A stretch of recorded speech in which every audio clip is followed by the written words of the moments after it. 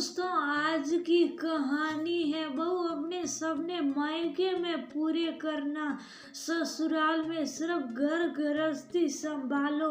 दोस्तों, कहानी शुरू करने से पहले अगर आपने हमारे चैनल को अभी तक सब्सक्राइब नहीं किया हो तो कर लीजिए ताकि आपके पास पहुंच सके हर नया वीडियो। मिताली, ये क्या कर रही हो?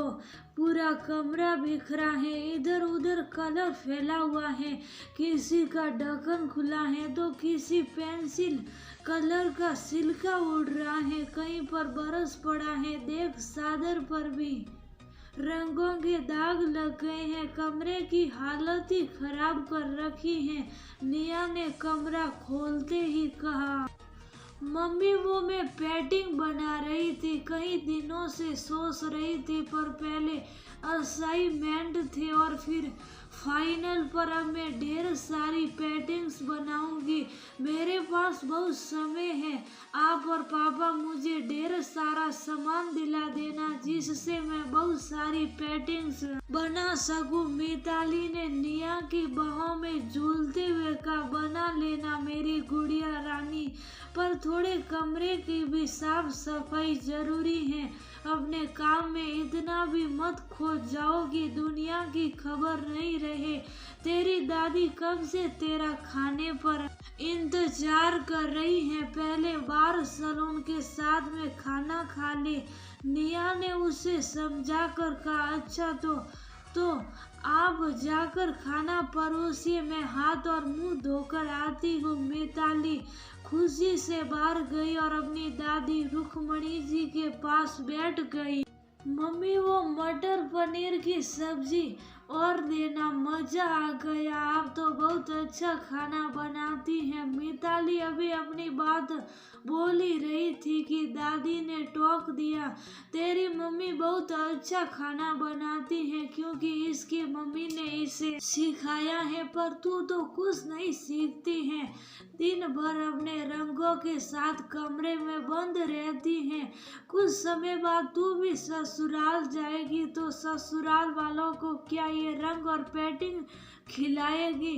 कितनी बार बोला है कि खाना बनाना सीख ले। ये पेंटिंग तो काम ना आएगी पर खाना बनाना आएगा तो ससुराल वाले खुश रहेंगे। ओ दादी, फिर से वो ही बात, ये पेंटिंग ही तो मेरी पहचान है। मुझे कितने पुरस्कार, मेडल और ट्रॉफियां मिली है। अगर खाना बनाने में समय बर्बाद करती तो ये सब नहीं कर पाती। तभी निया जी डांटती है, मिताली अपनी दादी से ऐसे बात करते हैं, इनसे माफी मांगो। और मिताली गुस्से में बाहर अंदर चली जाती है। बचपन से रंगों से खेलती आ रही मिताली की जान इन पेंटिंग्स में बसती है। चित्रकारी करना उसका पहला प्यार है। वह अपने जन्मदिन के उपहार में सिर्फ तरह तरह के रंग ही लेती हैं और अपने रंगों की दुनिया में खोई रहती हैं।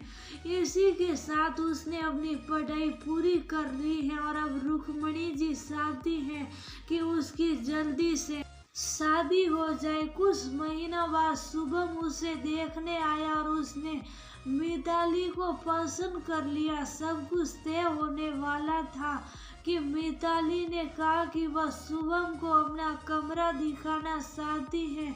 ये सुनकर रुक्मणी जी का चेहरा फीका पड़ गया क्योंकि उन्होंने उससे साफ कह दिया था कि वह लड़के वालों को अपने शौक के बारे में कुछ ना भी बताए वरना उसकी शादी नहीं होगी। शुभम मिताली के कमरे में गया और उसका कमरा देखकर शौक गया। पुरस्कारों से सजा हुआ था, दीवारों पर कमाल की चित्रकारी थी, पूरा कमरा रंगों, कैनवास और बरस से भरा था। कुछ पेंटिंग पूरी हो गई थी, कुछ अधूरी ही पड़ी थी। शुभम, मैं तुमसे शादी करने को तैयार हूँ, पर इसके लिए मैं अपना शौक और अपनी पहचान नहीं छोड़ सकती हूँ।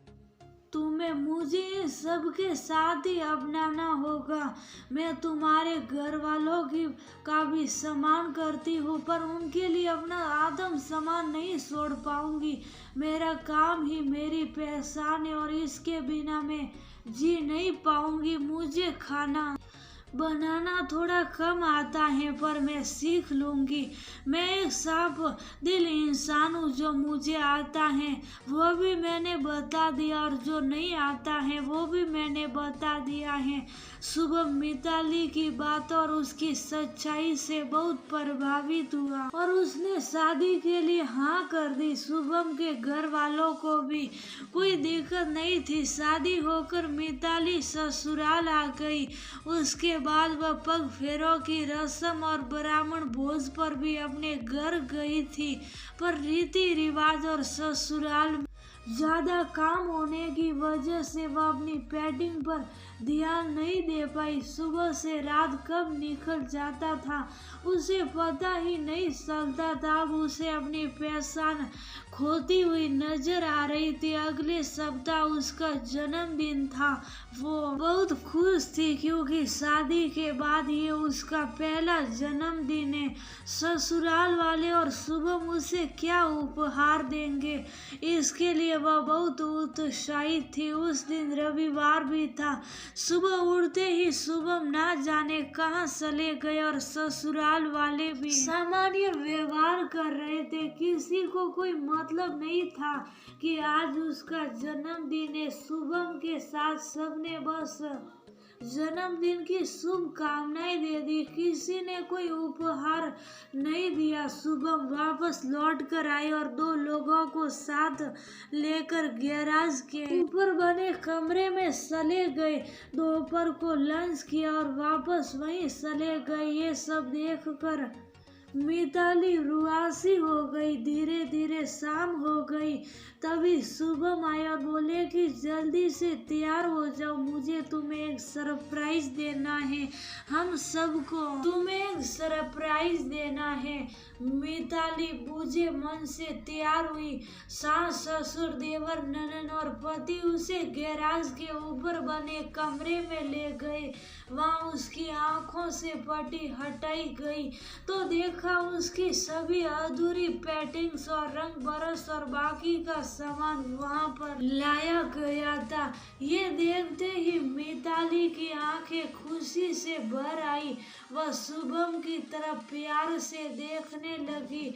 मम्मी के कहने से सुबह से कमरे से सामान हटवाया, यहाँ की सफाई करवाई, तुम्हारे मायके से सामान मंगवाया, उन्हें जमाया, बस सुबह से इसी में लगा था। ये तुम्हारी पहचान थी जो तुम मायके भुलाई थी, पर मैं वापस ले आया बहू। अब ये तुम्हारे हाथों में है। तुम अपनी पहचान कब तक कायम रखती हो। शादी के बाद बहुएं घर गृहस्थी के कामों में उलझकर अपने आप को भूल जाती हैं। अब तुम्हारे हाथों में है, तुम अपने लिए कितना समय निकाल पाती हो।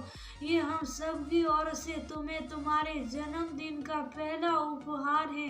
मिताली बड़ों के पैर छू लेती है और सबको धन्यवाद देती है। थोड़े ही महीनों बाद वो अपनी दिनचर्या बना लेती है, जिसमें दिन के 3-4 घंटे वह अपनी पेंटिंग्स को देने लगी। आस पड़ोस के बच्चे उससे पेंटिंग सीखने आने लगे। उसने अपने सभी अधूरी पेंटिंग्स पूरी कर ली और उनकी प्रदर्शनी भी लगाई। काफी सारी पेंटिंग्स बिक गई। उसके काम और प्रतिभा को देखते हुए उसे जिला सदर पर युवा चित्रकार के तौर पर सम्मानित किया गया और पुरस्कार भी मिला। आज मिताली की अपनी एक पहचान बन चुकी है। वह किसी की बेटी बहू होने के साथ साथ एक जानी मानी